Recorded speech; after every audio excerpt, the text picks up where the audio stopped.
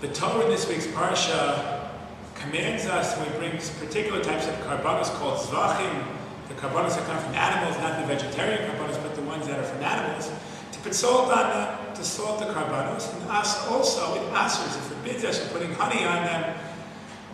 Al Piderach Hadrash, as Mordechai Gifter explained, that the goal of salt is to pull out the inside, to pull out the genuine, pneumiastic taste.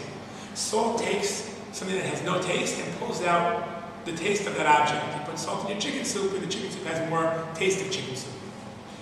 By contrast, honey gives it a different taste, a new taste. And therefore, if Gifter explains the goal of salt, in contrast to honey, is to pull out the purity, the sincerity, the realness of us, the true us on the inside, opposed to honey, which would be more like a mask, putting something external, superimposing it on ourselves. And particularly when it comes to karbanos, where you're kilu being makriv, certainly according to the Ramban, you're drawing close, karov, you're drawing yourself closer to HaKadosh Baruch Hu. The closer we get, with karbanos, we bring ourselves closer, etc., etc. The goal is not to wear a mask. The goal is not to pretend we're somebody else. The goal is not to use honey, but rather to use salt, to pull out the inside, the good taste, the geschmack taste, the pneumius, the sincerity, the genuineness. In addition to the Rav Mordechai's gifters, I wanted to share one more quick idea as the Katzker. A different perspective, a different angle on why we don't have honey on karbanos. The Katzker suggests that we want to strike a balance. On one hand, not too much sweetness, on the other hand, not too much sourness. We want to be right in the middle. And too much honey would make it too sweet. This value of balance, particularly when we draw close to God and getting karbanos, we have to say, God, I'm in front of you, I'm coming to you, I'm being makriv myself to you. We want to do it in a healthy way, a way of balance.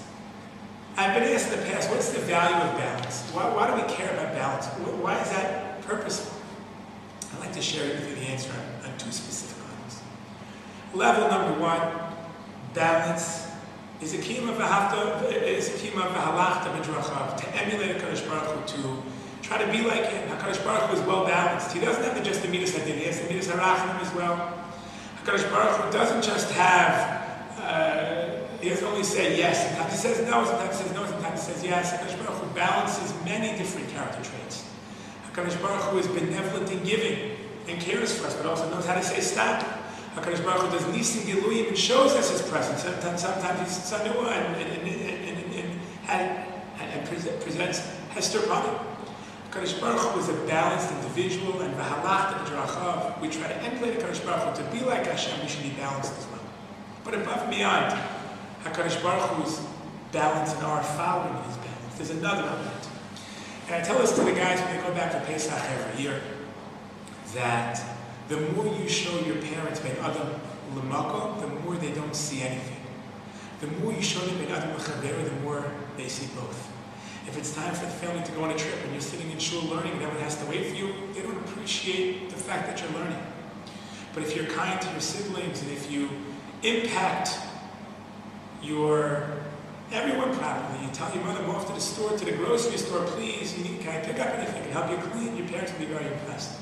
It's true about Talmidim going back for Pesach. It's true about adults in the workforce. It's true on every single level. The more we show people Ben Adam L'Chavera, the more they see our Ben Adam L'Mako. And it's true not just about Ben Adam L'Chavera, but balance as well. The more wholesome, the more well-rounded, the more balanced people we are, the more we capture HaKadosh Baruch Hu's values properly, the more beautiful people we are, and the more we're Mekadeshim Shemayim, representing HaKadosh Baruch Hu's character traits. And I'll conclude with one small point.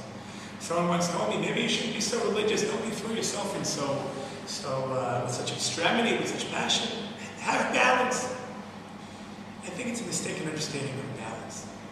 We never try to have balance in how hard we work. We never have let's just try not so hard.